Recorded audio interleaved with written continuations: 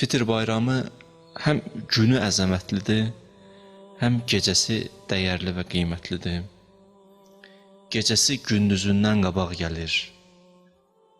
Elə bil bayramın öncəsi gecə Fitr gecəsi hesablanır.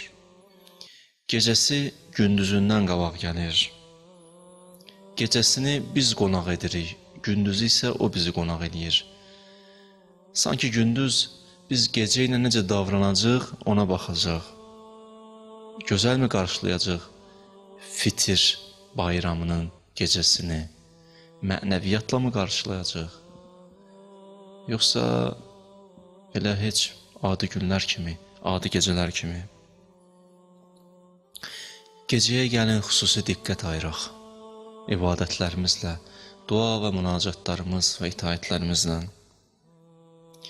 Günəş qürub eləyən kimi ay ki göründü, tövsiyə olunub qüsl almaq həmən gecəni. Qüsl almaq tövsiyə olunub. Niyyət də həmən gecənin qüslüdür. Və mən bir hədis deyim sizə, maraqlı bir hədis. Hədisdə qeyd olunur ki, Fitr bayramının gecəsi heç də Qədir gecələrindən aşağı deyil, fəzilət və əzəmət baxımından. Necə ki, Qədir gecələri bu qədər əzəmətli və dəyərli idi, etdiyimiz əməllər az olsa belə daha əzəmətli qarşılanırdı. Xırda bir əməl böyüyürdü Allahın qatında. Fitr gecəsi də o cür nədir? Necə o gecənin bizim həyatımıza təsiri var idi, bu gecənin də üzümüzə gələn, bu gecənin də bizim həyatımıza çox müsbət bir təsiri var. Gəlin diqqətlə keçirək o gecəni. Və gecənin əməllərini əgər mənə sorğu-sual etsiniz, əməllərindən biri deyərdim sizə. İnsanları bağışlamaq, əlbəttə bağışlanmağa layiq olan insanları bağışlamaq. Və burada bir maraqlı bir məqam var, o da budur ki, nəfsimizi qoyaq kənara. Bəzi vaxtlar həqiqətən bağışlanmağa layiq olan insan olur, amma nəfsimiz orada cuşa gəlir və öz sözünü deməyə başlayır və biz ilahi don giyindirməyək nəfsaniyyətimizə. Gecənin əməllərindən və mühüm əməllərindən soruşursunuzsa, məsələn, anadırsa övladından küsübsə, övladından barışsın, qonşun qonşu ilə münasibətdə. Lazım deyil ki, deyəsən, gəl mən sənə bağışladım, ya barışaq. Hələ xoş təbəssüm göstərmək, xoş ünsiyyət qurmaq, özü bir bağışlamaq deyilmi? Bəli. Həzrət İmam Səccad Ramazan ayı daxil olanda nökərlər ki var idi, qullar ki var idi, bilirsiniz o dönəm qul rejimi idi. Belə bir qullar var idi daha doğrusu. İslam dini onunla mübarizəyə qalxdı və get-gedə cəmiyyətdən o quldarlığı çıxartmağa çalışdı və müvəffəqiyyət qazandı bir mənada. Və o dönəm amma birdən-birə onu ilə mübarizə apara bilməzdi ki. Və bunun da haqqında danışmaq olar, öz başqa vaxt inşallah danışarıq. Həzrət İmam Səccad həmən qulları alardı, onları gözəl tərbiyə eləyərdi və içlərindən alimlər yetişdirərdi və cəmiyyətə təqdim eləyərdi. Və Ramazan ayı gələndə ələlxüsus baxırdı, hansı ki qul bir səhv edirdi, onu qeyd edirdi, saxlayırdı yaddaşında.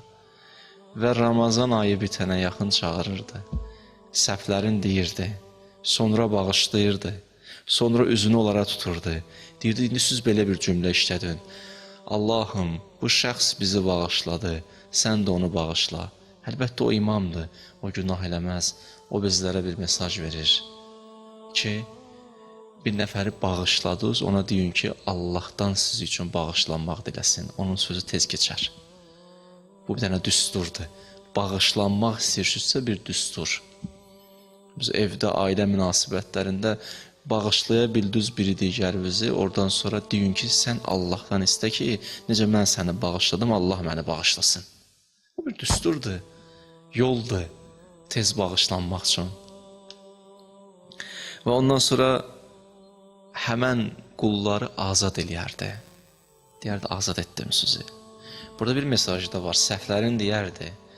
Əlbəttə biz bəzi vaxtlar emosional bağışlayırıq, səhvlər qalır. Həmən səhvlər təkrarlanır, yenə küsürük, bir müddətdən sonra yenə barışırıq.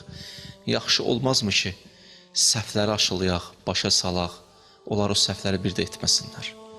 Əlbəttə gözəl tərzdə, gözəl şəkildə, sevərək, kin, küdurətlə deyil. Qarşı tərəfə səhvləri də başa salmalıyıq biz. Hələ hey bağışlayayım, yox, elə deyil. Emosional insanlar ümumiyyətlə bir tövsiyəm sizə budur.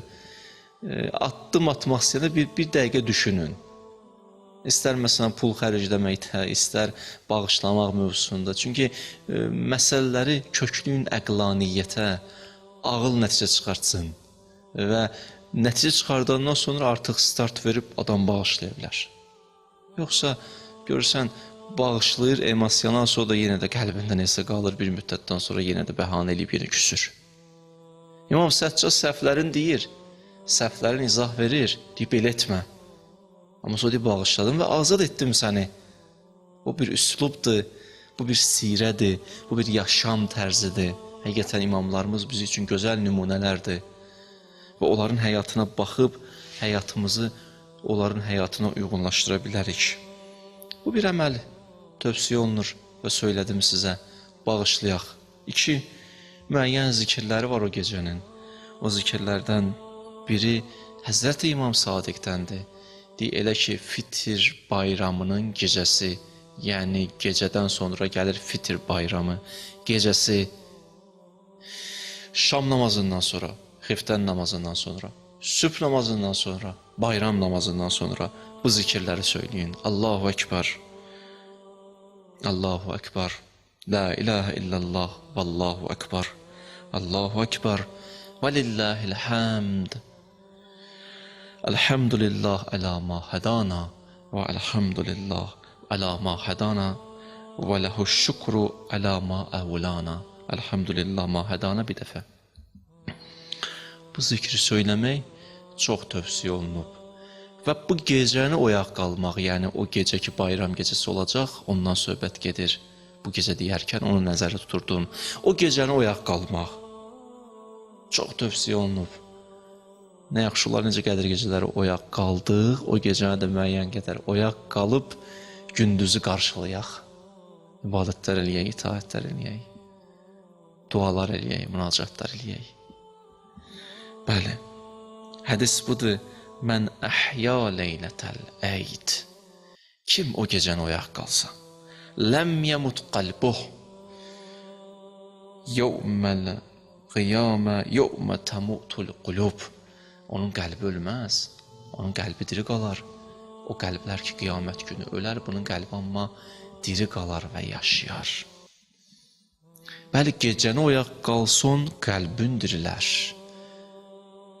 Gecənin, bayram gecəsinin oyaqlığı insan qəlbinin diriliyidir. Əlbəttə, dirilmək Qur'anın məntiqində son deyil, başlanğıcdır. Biz yalnız dirilməməliyik, eyni zamanda diriltməliyik.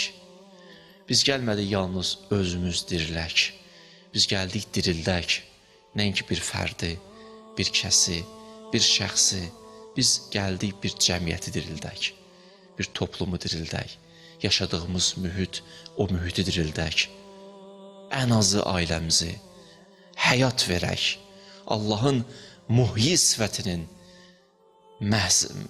Allahın muhyi sifətinin təcəllisi olaq yer üzündə. Bəli, adam var, bir sözü ilə bir insan həyatını dəyişir, bir cümləsi ilə. O cümləni dəfələrlə də başqaları da deyib. Fikir vermişsiniz, çox qəribədir valla. Həmən sözü başqaları da deyir. Özün də oxumusan, özün də demisən. Amma Allah dostu həmən kəlməni deyəndə səndəsə vücudunda bir titrəyiş baş verir, dəyişilirsən. O yüzden Allah dostu bir adama deyə günah eləmə. Bunu bilirdik də günah eləmə. Nə qədər adam deyib bizə günah eləmə. Niyə elə? O çox təsir edir. Elə bilsən ki, ya bizim kimi siravi insanlar gəlib sənə deyə günah eləmə, bir də dövrün imamı sənə deyə günah eləmə, bunun fərqi yoxdur. O səsdən səsə nə qədər fərq var? O səs daşlaşmış qəlbi sındırar. Qəsavət bağlamış qəlbin qəsavətini aradan aparar. Çirkilənmiş və tozlanmış qəlbin tozunu, çirkini silər. Bu səs bilirsiniz nə qədər mühümdür. Bəli. Yetər ki, bir övliyanın duasına qulaq asasan. Bir övliya dua eləsin, əlini qaldırsın səmaya. Allah, Allah üçün sən qulaq as. Gör nə baş verir. Gör nələr olur. Əlbəttə insan dəyişilər.